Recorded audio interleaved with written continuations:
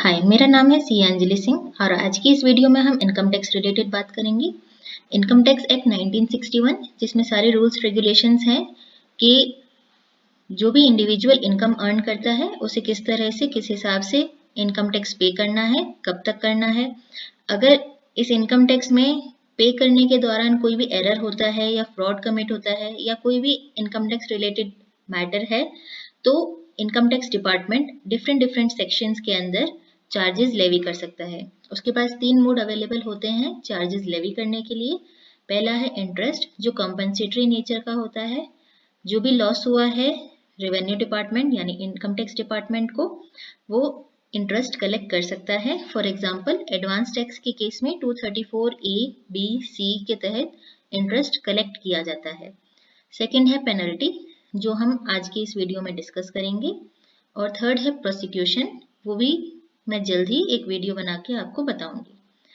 अब पेनल्टी में हम ये डिस्कस करेंगे कि इनकम टैक्स कौन से जरिए से पेनल्टी लेवी कर सकती है कोई भी इंडिविजुअल के ऊपर। सबसे पहला है penalty for not intimating Aadhaar number. एक नया सेक्शन 234H इंट्रोड्यूस किया गया है जिसकी जो पेनल्टी अमाउंट है वो 1000 रुपीज है।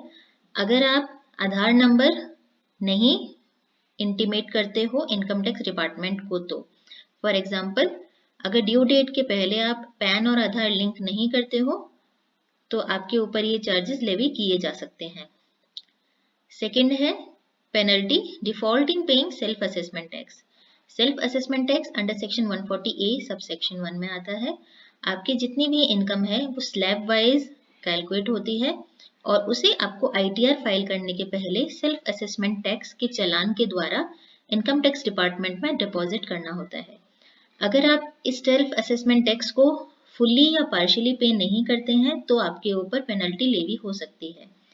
फुल्ली और पार्शियली का मतलब फॉर एग्जाम्पल आपकी जो टैक्स लाइबिलिटी बनती है वो 10,000 रुपीज की है और आपने 5,000 रुपीज ही पे किए हैं या 10,000 रुपीज पूरे के पूरे पे नहीं किए हैं तो इस केस में AO डिसाइड करेगा कि आपके ऊपर कितनी पेनल्टी लेवी हो। पेनल्टी कितनी लेवी हो सकती है वो टोटल टैक्स जो ड्यू है जो आपने पे नहीं किया है उससे ज्यादा नहीं हो सकती है।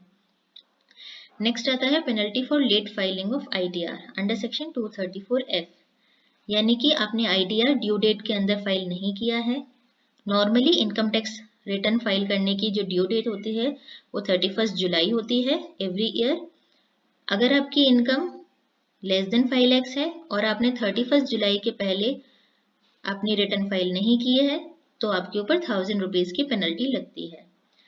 इनकम अगर आपकी 5 लाख से ज्यादा है तो आपको दिसंबर के पहले फाइल कर लेना है तो आपकी पेनल्टी 5000 रहेगी। अगर आप दिसंबर तक भी नहीं कर पाए तो आपको मार्च के पहले कर लेना है 10,000 की पेनल्टी के साथ। पेनल्टी डिफॉल्ट हुआ है अगर टैक्स पेमेंट अगर डिमांड की गई है और आपने पे नहीं किया है।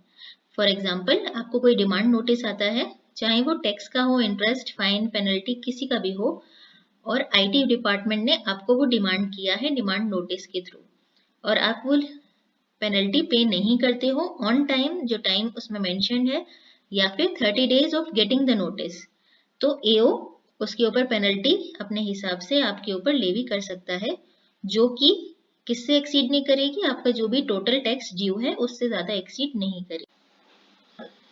Penalty for non maintenance of books of accounts and और other required documents. Income tax के सेक्शन 44AA में डिस्क्राइब किया हुआ है कि किन लोगों को कौन सी बुक्स ऑफ अकाउंट्स मेंटेन करनी है, कब कब करनी है और उन्हें कहाँ पर संभाल के रखना है। अगर वो इस प्रोविजंस को फुलफिल नहीं करते हैं तो उनके ऊपर 25,000 की पेनल्टी लेवी हो सकती है। नेक्स्ट आता है non maintenance of foreign transaction documents. Tax payer को वो सारे इंफॉर्मेशन और डॉक्यूमेंटेशन रखना है संभाल के उन्होंने अगर कोई भी इंटरनेशनल ट्रांजैक्शंस में डील किया हो। अगर डिपार्टमेंट उनसे डिमांड करती है कि आपको ये डॉक्यूमेंट्स दिखाने हैं और अगर वो विद इन 30 डेज उसको उन डॉक्यूमेंट्स को डिपार्टमेंट को नहीं दिखा पाता है तो उसके ऊपर ये पेनल्टी लेवी हो सकती है। Penalty 2% of the value of international transaction होगी, यानी कि जो उन्होंने इंटरनेशनल ट्रांजैक्शन में डील किया है उसकी जो भी वैल्यू रहेगी उसका 2% पेनल्टी के रूप में चार्ज किया जा सकता है, जो 5 लाख तक भी हो सकता है अगर टैक्स पेयर फॉरेन एंटिटी का हो तो। नेक्स्ट आता है penalty in case of search for undisclosed income, यानी कि सर्च के द्वारा, यानी कि जब सर्च चल रहा था तब इनकम टैक्स डिपार्टमेंट को ये पता चला कि आपके पास कोई ऐसी इनकम है जिसको आपने डिस्क्लोज नहीं किया है अपने इनकम टैक्स रिटर्न में, तो आपको पेनल्टी लेवी हो सकती है। ये पेनल्टी 30% रहेगी अगर एसएससी यानी कि टैक्स पेयर जो है वो ये मान लेता है कि हाँ ये अनडिस्क्लोज्ड इनकम है और ये कहाँ से आई है, उसका सोर्स क्या है, और वो तैयार हो जाता है टैक्स पे करने के लिए विद इंटरेस्ट और आईटीआर बिफोर ड्यू डेट। जो भी ड्यू डेट है उसके पहले फाइल कर देता है तो उसको 30% की ही पेनल्टी लगेगी। 30% जितनी भी इनकम उसने अनडिस्क्लोज रखी थी उसका। अगर इन कंडीशंस को फुलफिल नहीं कर पाते हैं तो 60% पेनल्टी अमाउंट हो जाएगी। नेक्स्ट है पेनल्टी फॉर मिस रिपोर्टिंग और अंडर रिपोर्टिंग ऑफ इनकम। इस केस में ऐसा होगा कि आपके पास कोई इनकम है जो आप डिस्क्लोज नहीं कर रहे हो, वो पहले वाला था। इस केस में है अंडर रिपोर्टिंग, यानी कि आपकी जो भी इनकम हो रही है उसको आपने अंडर रिपोर्ट किया है। फॉर एग्जाम्पल 50,000 की आपकी कोई इनकम थी जिसको आपने 30,000 ही रिपोर्ट किया है, यानी अंडर रिपोर्ट किया है। तो इस केस में आपको 50% ऑफ द टैक्स लायबिलिटी, यानी कि उस इनकम पे जो आपने कम अंडर रिपोर्ट की है उसका 50% आपको टैक्स लायबिलिटी के रूप में पेनल्टी चार्ज की जा सकती है। इसी में अगर आप मिस रिपोर्टिंग करते हैं, फॉर एग्जाम्पल आपकी बिजनेस इनकम थी और आपने उसको हाउस प्रॉपर्टी में डाल दिया है, क्योंकि हाउस प्रॉपर्टी में 30% का डिडक्शन मिल जाता है। अगर आपने मिस रिपोर्टिंग की है इनकम की तो आपकी ये पेनल्टी 200% हो जाएगी, जो कैलकुलेट होगी मिस रिपोर्टेड इनकम के ऊपर।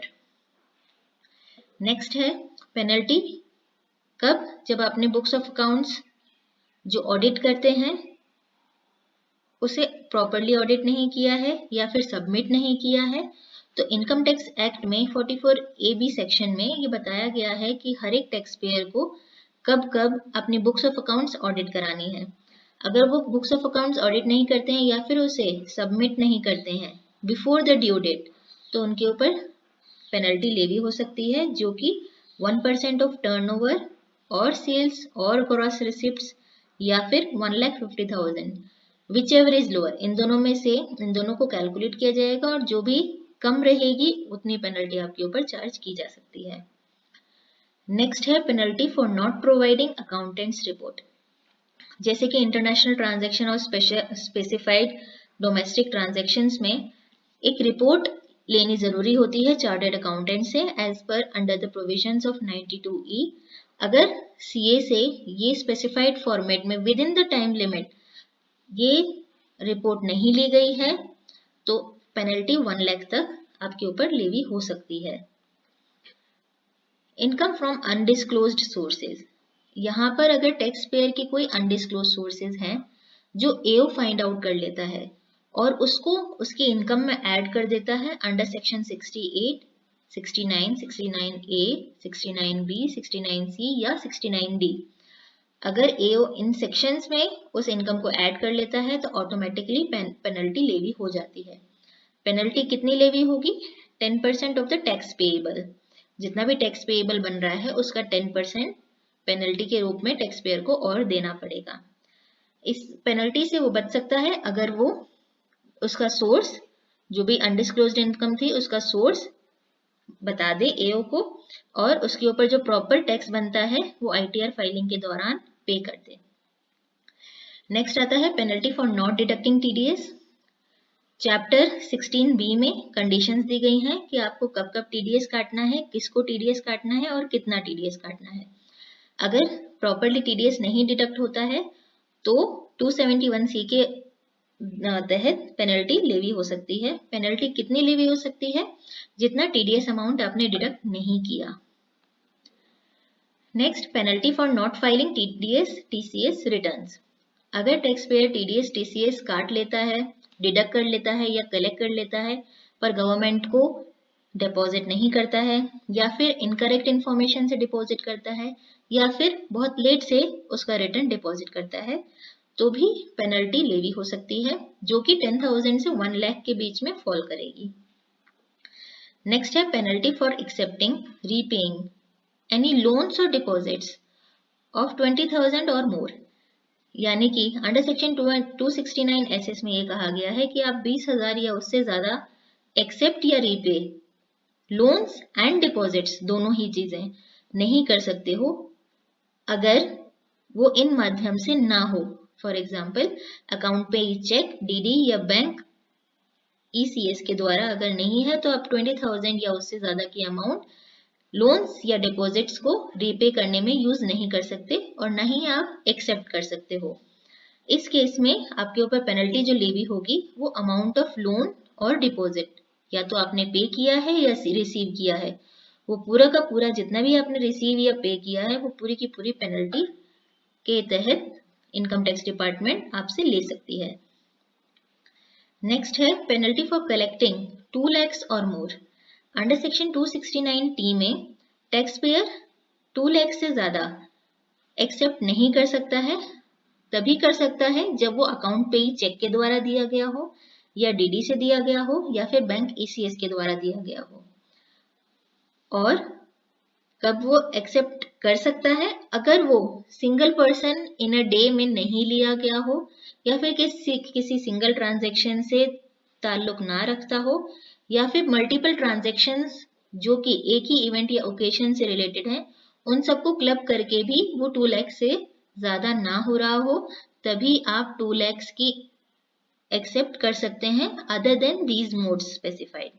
और इस केस में आपकी पेनल्टी रहेगी जितना भी अमाउंट रिसीव किया है टैक्स पेयर ने। Last but not the least इसमें है penalty for not cooperating with the tax authorities. यानी कि इनकम टैक्स अथॉरिटीज अगर आपसे कोई चीज डिमांड करती हैं या सर्च एंड सीजन में आई हैं या किसी भी तरीके से आपसे कुछ क्वेश्चन आंसर्स कर रही हैं या कुछ स्टेटमेंट्स उनको साइन कराने हैं या आपसे कोई एविडेंस की डिमांड कर रहे हैं और आप उसको कंप्लाई नहीं करते हैं तो वो 10,000 की पेनल्टी लेवी कर सकते हैं। ये जितने भी मैंने पेनल्टीज बताई हैं सिर्फ इतनी ही नहीं है, लेकिन हाँ ये कुछ जरूरी पेनल्टीज हैं जो आपको पता होनी चाहिए। Thank you.